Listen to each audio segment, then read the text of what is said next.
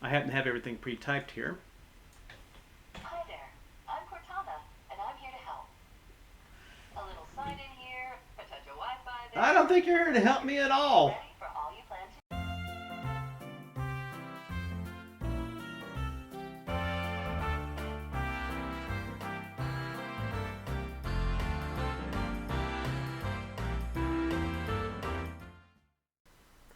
Hi everybody and welcome to another exciting edition of Boring JavaScript. I'm your host, the Virtuoid, aka Mike Smith, and today we're going to talk about the map object. Now, not the map method on arrays. That's for a completely different Boring JavaScript.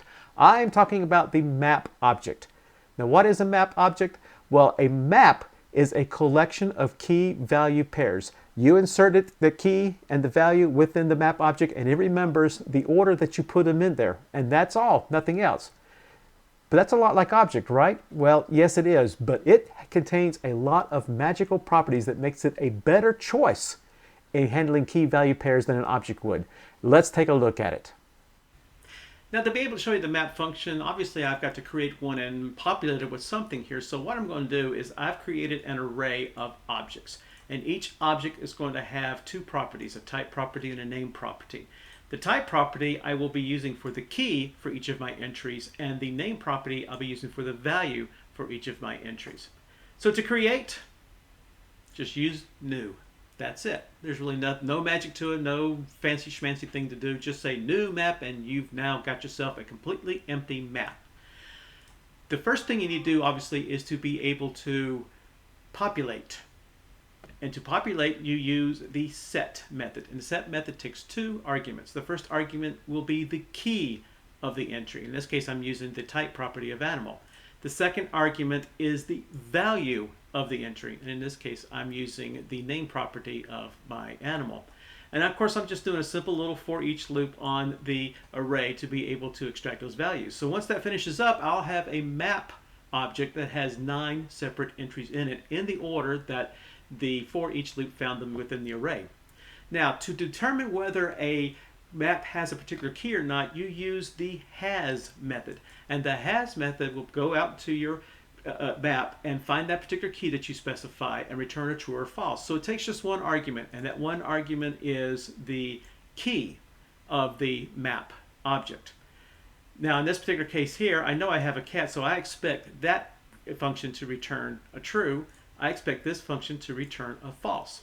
Now, the third method you're going to get familiar with a map is the get method. And the get method simply does exactly what it says. It gets the value associated with a particular key. So since I know that my values are nothing but my animals' names, I expect cat to come out to be, what was that, Fluffy, since that's what's within my array here. So then I just print everything out and everybody's hunky-dory and everybody's real happy. So let's take a look and see how that runs. Let's go into Node and type in node map. Now I have a cat, don't have a pony, and my cat's name is Fluffy. So those are the three methods that you're going to be using the most with a map. The set, to input an entry into the map. Has, to find out whether a value for a key exists or not. And get, which actually gets the value associated with the key. So I've shown you the map object and how you can use the get, has, and set to be able to work with it, but you're probably saying right now, well, this is no different from an object. It really sounds like a map is nothing more than an object with extra steps. Well, let's take a look at an object and a map together and see what the similarities really are. So I have a classic key value pair object set up here, and I have the exact same key value setup here for map. We're exact same as the exact same values in the exact same order. So let's take a look and see what we can do with it. For example here, this is how you would get a value from an object. Now there's actually 3 or 4 different ways of doing it, but this is just the one I've decided to use for this particular example here. This is how you do it for a map. Remember I said it was the get method. So let's print these out. They should give us the exact same thing. Let's go over to Node. Let's type in node object. Yep, that gives the exact same information. So let's go to the next section here and do some more comparisons. It just so happens that I have things already preset here. So if you wanted to find out whether a key object or key is defined within an object here, this is one way you can do it here. And essentially say animal's cat is not equal to undefined. It will return true if it's there, false if it is not.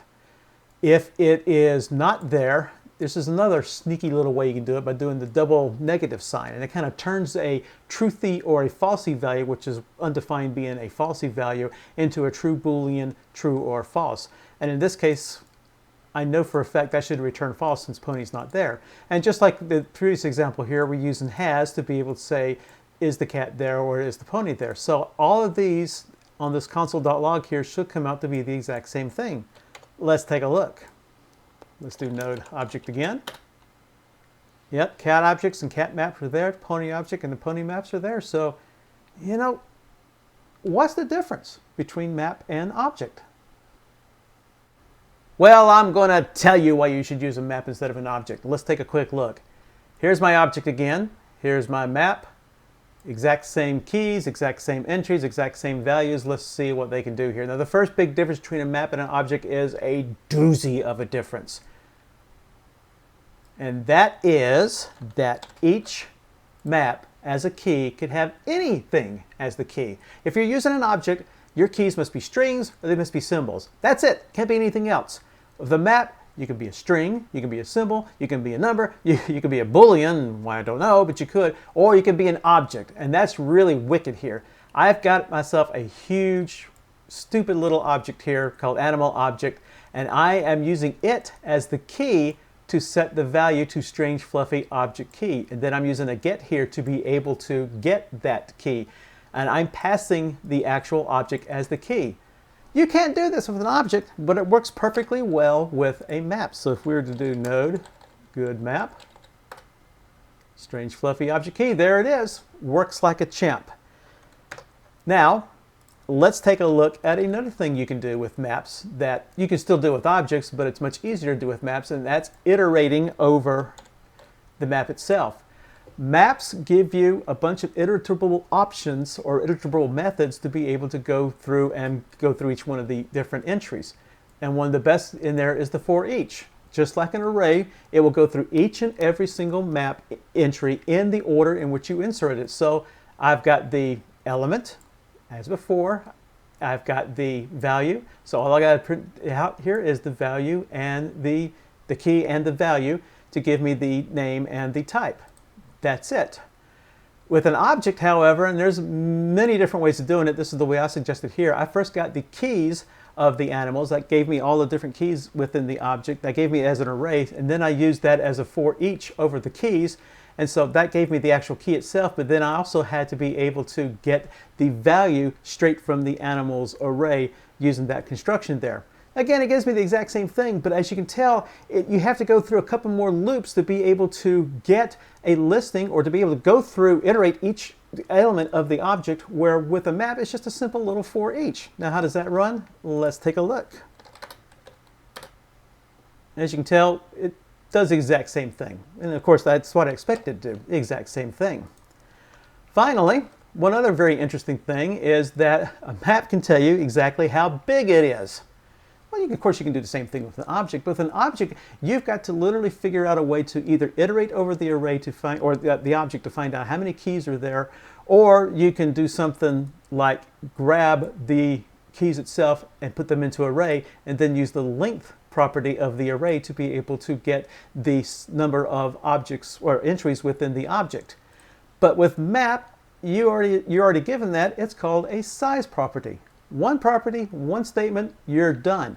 With an object, you have to do at least 2 statements, or if it's even more complicated than that, a couple of different statements to be able to give you exactly what you need. So let's see how that runs within Node. I have 9 map objects, I have 9 animal objects. So you can see there are some significant differences between map and object. Map is actually, even in certain circumstances, more efficient than using an object. And if you have keys where it's different from a string or from a symbol, you can't use object, but you can certainly use map. And that's one of the reasons you should be able to use map instead of object from here on out. Well, I hope you enjoyed our little foray into the map object. I hope it didn't bore you to death. Be sure to subscribe to our YouTube channel to get the latest, greatest boring JavaScript videos available. Thanks again for watching, and I'll see you later.